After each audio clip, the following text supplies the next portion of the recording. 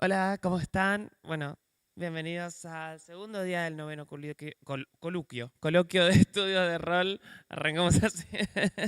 Tenemos una ponencia muy interesante, muy importante, que viene de parte de Sarah Lynn Bowman, Alexandra Schreiber y Kiel Hedgar Jugás, que son docentes, por lo menos Sara y Alexandra sé que son docentes.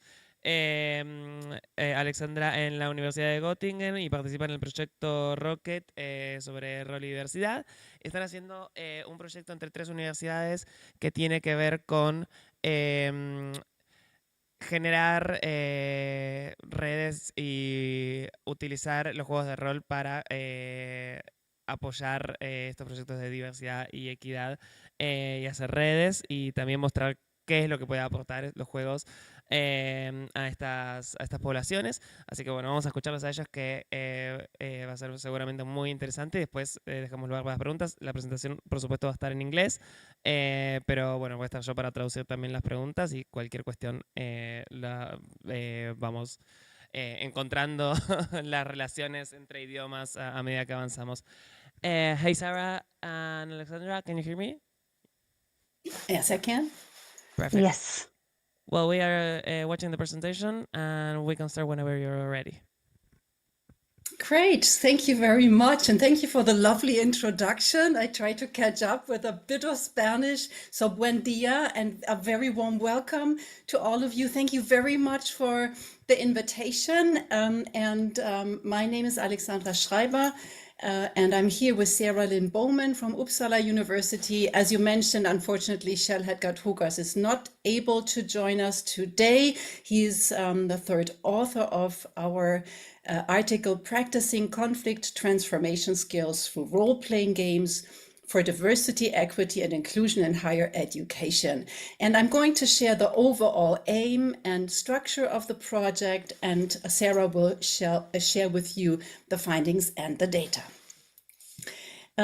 So the Rocket Project is funded by the European Union's Erasmus Plus cooperation partnerships in higher education program. So that is one program that funds project at the European Union. It aims to develop a working concept for critical virtual exchange and aims to address conflict and its underlying sources, including within the issues of DEI through educational role-playing games. So this is very exciting and hopefully also for this conference and audience. The results, this is a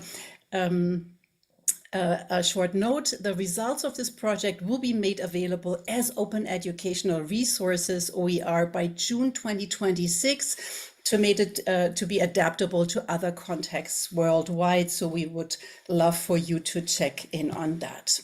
The pedagogical practice of the Rocket Project includes the concepts of conflict transformation, nonviolent communication, intercultural learning, role-playing game studies, and best practices in critical virtual exchange. So there's a lot in that Rocket Project, and the concepts of diversity, equity, and inclusion are exploring how intersectional factors can contribute to conflict situations in higher education. So all of this is taking place in that context. And the Rocket Project, the practice we are using is also to provide theoretical understanding combined with embodied skill development. So this is also very special. The concrete practices to understand conflict and to respond effectively, hopefully to improve interpersonal relationships with an emphasis on intercultural learning happening in virtual exchange. So let me show you a visual of this project with the why, what, and how. The umbrella is diversity, equity, and inclusion, and that is something that is a priority program within the European Union for the funding. And then critical virtual exchange is what the students do. The underlying is role-playing games, and at the heart is conflict transformation. Now, The theoretical framework is based on some factors. One is conflict transformation, and you find the references to the slides at the end of the presentation. So you can, but you don't have to take notes of the references here. So according to Lederach, developing a positive orientation to conflict is regarded as life-giving opportunities for growth. The second point in this theoretical framework is positive peace by Galtung, and that means focusing on meeting all people's human needs as a condition of peace. Transformative role-playing game design, according to Sarah Lynn Bowman, who is in the room, and Diaco Lambriano and Brint, that is what is like this, what is happening, what students are doing, and you will hear more of that later. And the critical virtual exchange and DEI, we are referring to HAUK, is online learning with an intensive focus on intercultural communication in DEI, and that took place over the course of 6 to 10 weeks in this Rocket project. And then, of course, the theoretical framework of role play and intercultural learning is at the heart of this course. Conflict transformation and role-playing games means that we are designing and facilitating role-playing games. Sorry, not this, but overall, research has shown that you can design and facilitate role-playing games with specific political aims, and role-playing games have the potential to be vehicles for peace. And we have some references here, one on conflict transformation and one on spaces to promote religious tolerance. So research has already shown that role-playing games can be a rich source to engage in conflict transformation.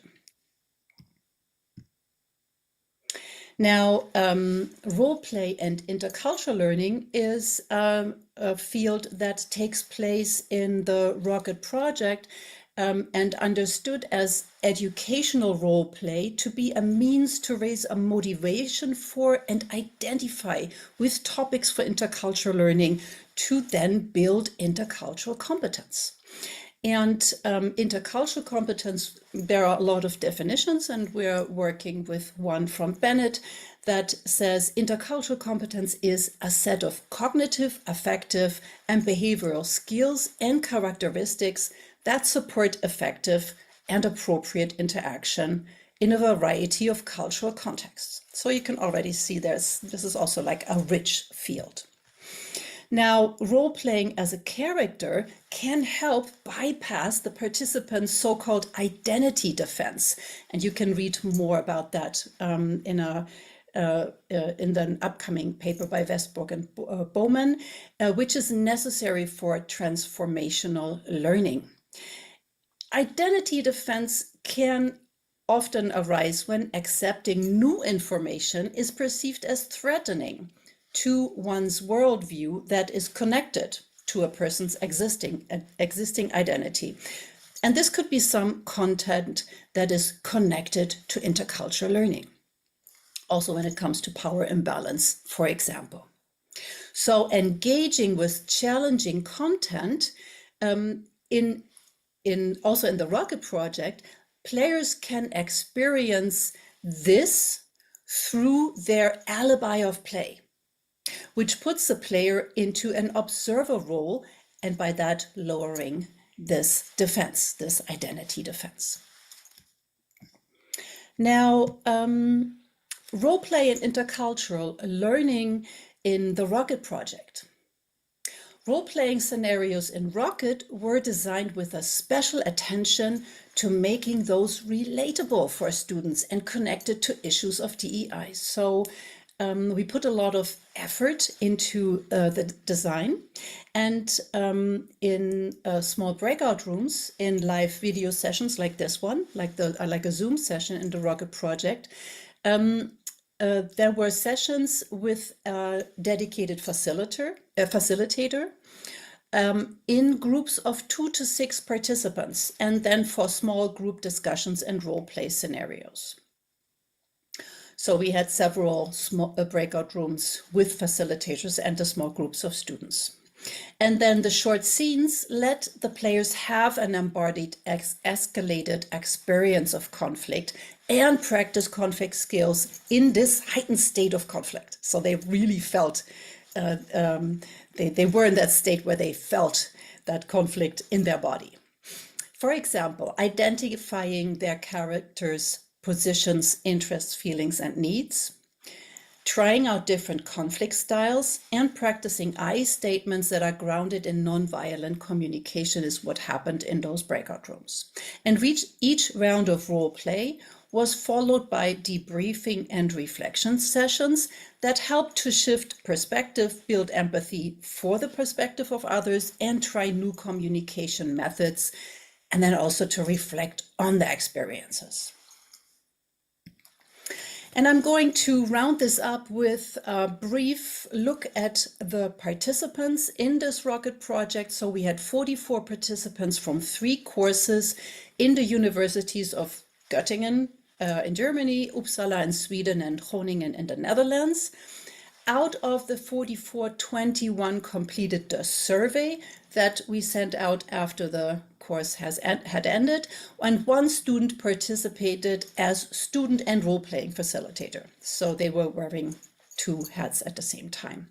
And we had an intergenerational mix of students in this critical virtual exchange, CVE, which comprised bachelor's and master's program students from Göttingen University, master online program students at Uppsala University, and students who were in their bachelor's and were taking place in person at the University of Groningen. And for some, it was a mandatory part of their academic studies, like Groningen and Uppsala, and for some, it was optional and a way to obtain credits for transversal skills, like in Göttingen. And some participants were accustomed to online learning and role-playing games, and others were completely new to these methods. So the rocket project around DEI, diversity, equity, inclusion, also had a very diverse student group. And with this, I hand over to you, Sarah. Thank you very much. Next slide, please. So a little bit about the scenario structure. So we designed the scenarios in a way that hopefully relate to the contexts. So for example, we had topics around plagiarism in academic writing, now AI in academic writing, working together on a class project, asking for a meeting with a professor for help, or feeling left out due to language barriers.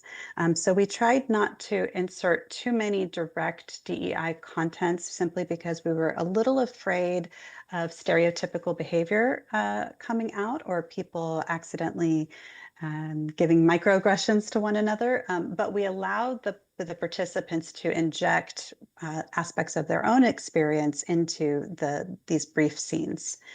All of them contain persons A, B, and C, with persons A and B engaging in the conflict most directly, person C being observer or a neutral position. And this was important for scaling up the scenarios, since we did have quite a large student base, and we had 1 facilitator per group.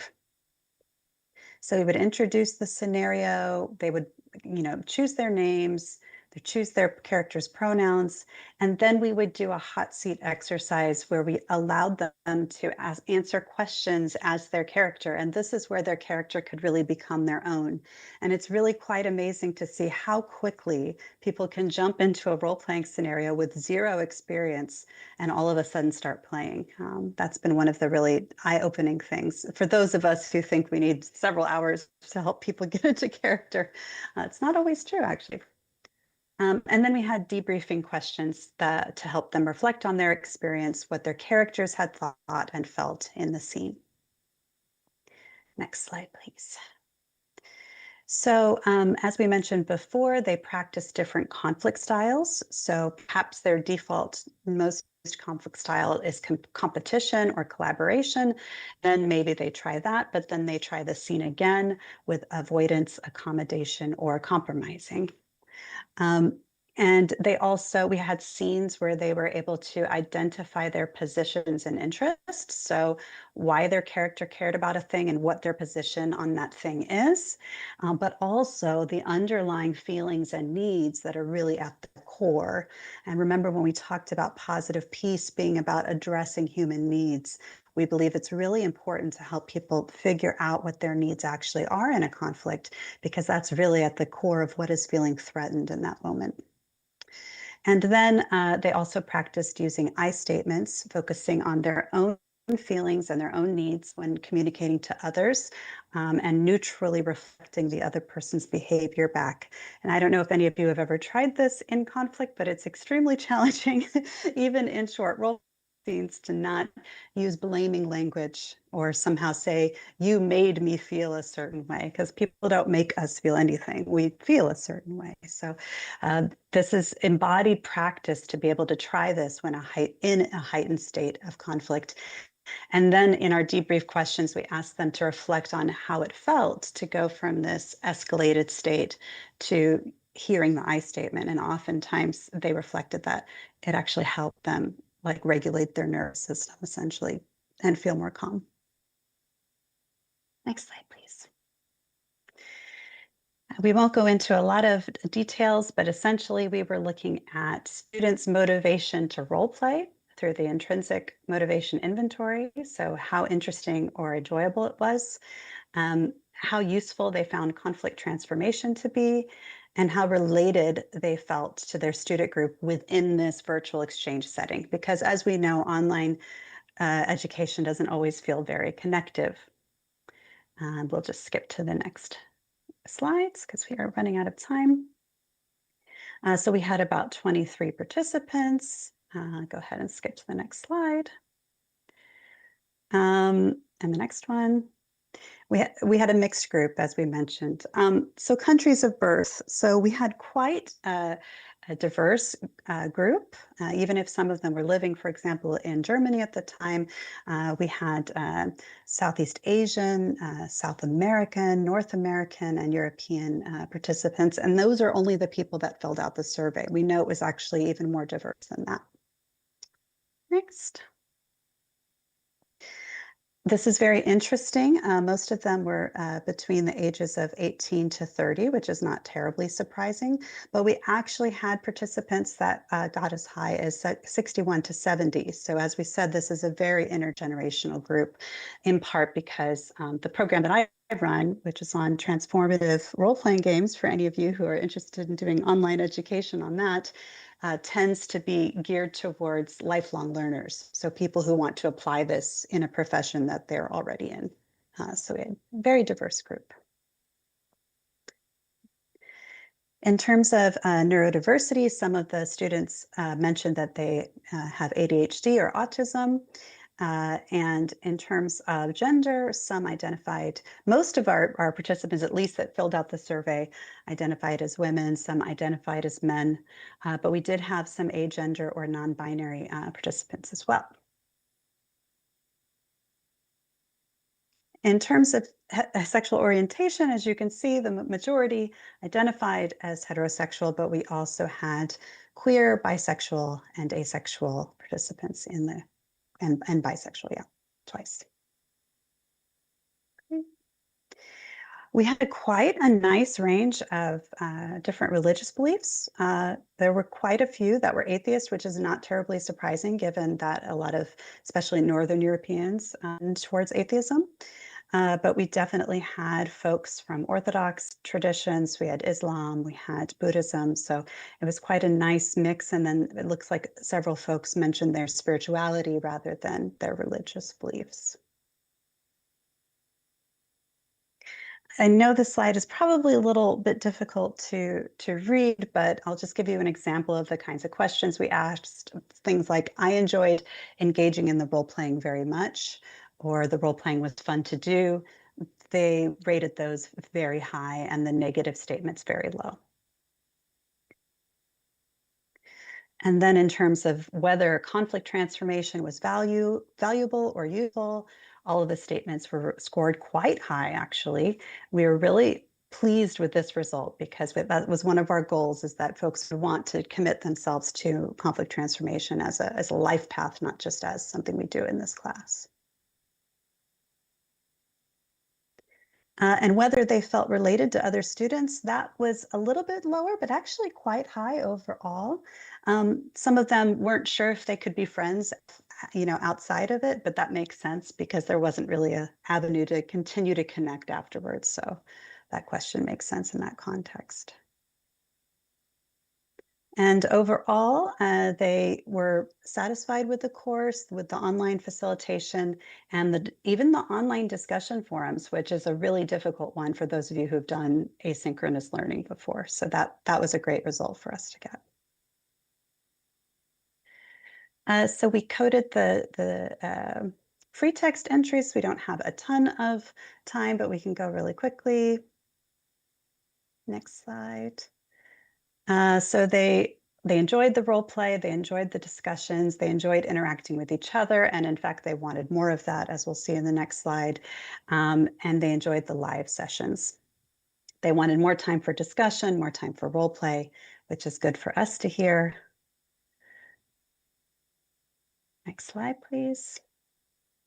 And so in conclusion, they showed a high motivation to engage in the role play, as well as the other topics related to conflict transformation and DEI. We are going to be running some additional trainings if you are interested. We have teacher trainings and admin staff trainings that we're about to release in the spring.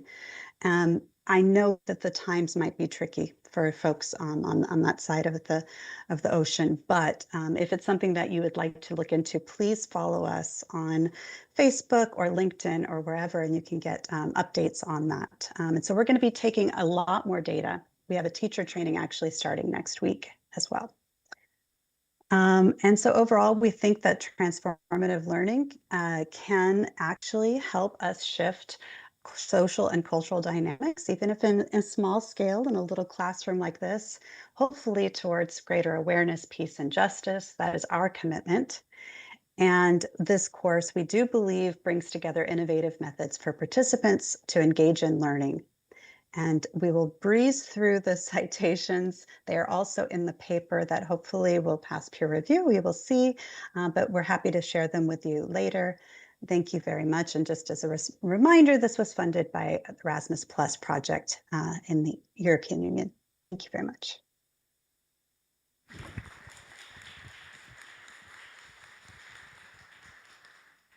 Well, thank you so much, Thank you very Sarah and much. Okay. for this amazing and interesting presentation and study. We're going to move forward with the questions from the audience. ¿Alguien tiene alguna pregunta que le quiera hacer? Sí. Hi, Alexandra. Hi, Sarah. My question is, how do you see this translating to, for example, high school classrooms or other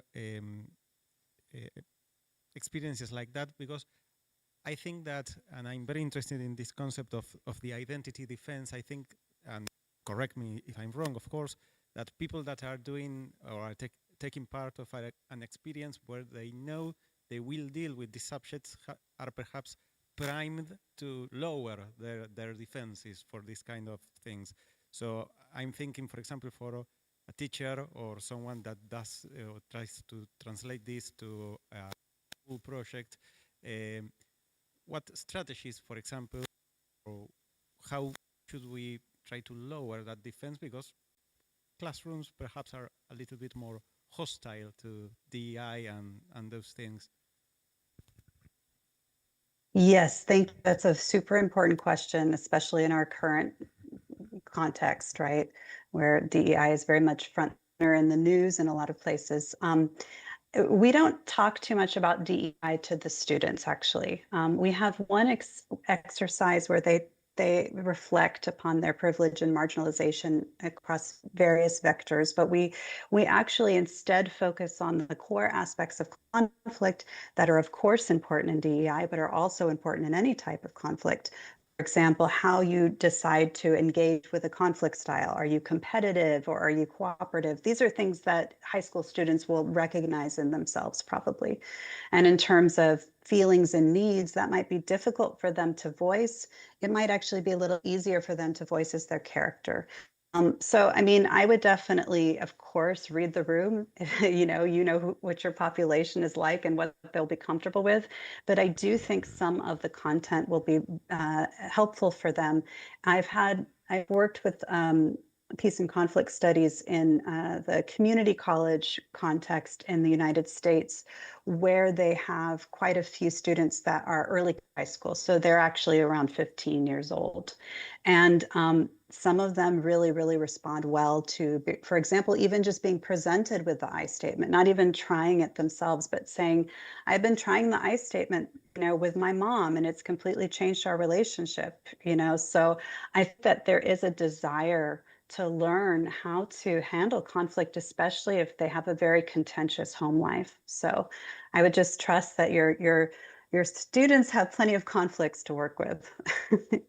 Alexandra, do you have any other comments around that?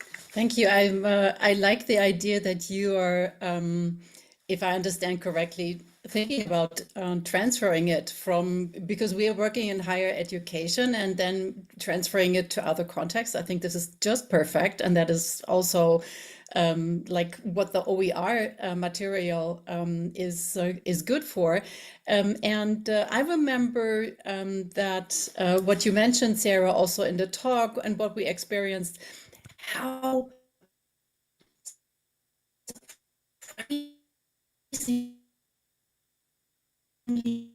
quickly, like, players got into character and got into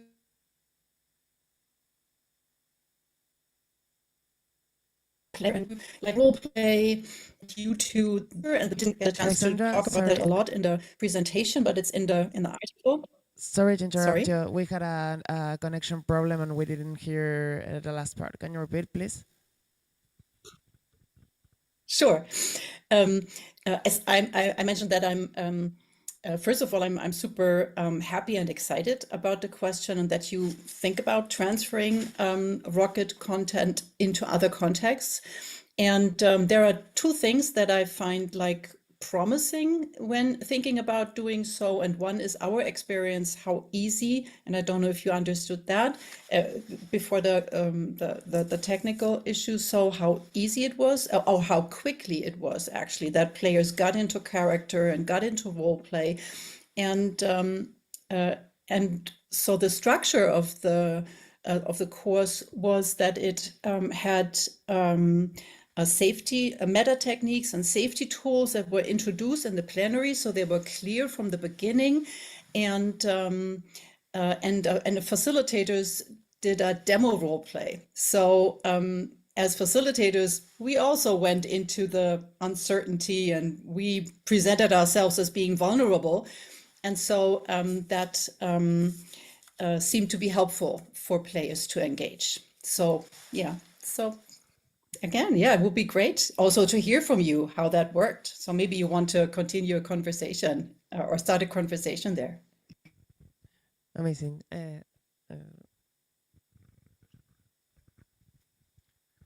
Hello, here is Marcos Cabobianco. Thank you very much for your presentation. My studies are about representations of violence in role-playing games, but also in mythology and anthropology of violence also. So I really like, but I have a question about how to implement this thing about Johann Galtung studies, peace and conflict. All right, we know that he distinguishes between like direct violence, structural violence, cultural violence, and also if you have, for example, David Riches, he also says, well, you have to be aware who is the victim, who is the witness, and you have a neutral part in your studies, but also who is the, let's say, the victimary, the killer, the one that's making the damage. But there's no violence if it is not a question about legitimacy, about the legitimation of this damage being done. So there's a part that says this is something that I have to do to defend myself or because this is justice, and there's a part that says this is not justice. But when you implement this in your project and you have these role-playing games, and a scenario, let's say, that is about, for example, plagiarism, and you have students in problems, you don't have, I see the classical scenarios of role-playing games, I don't know, Dungeons and Dragons and violence.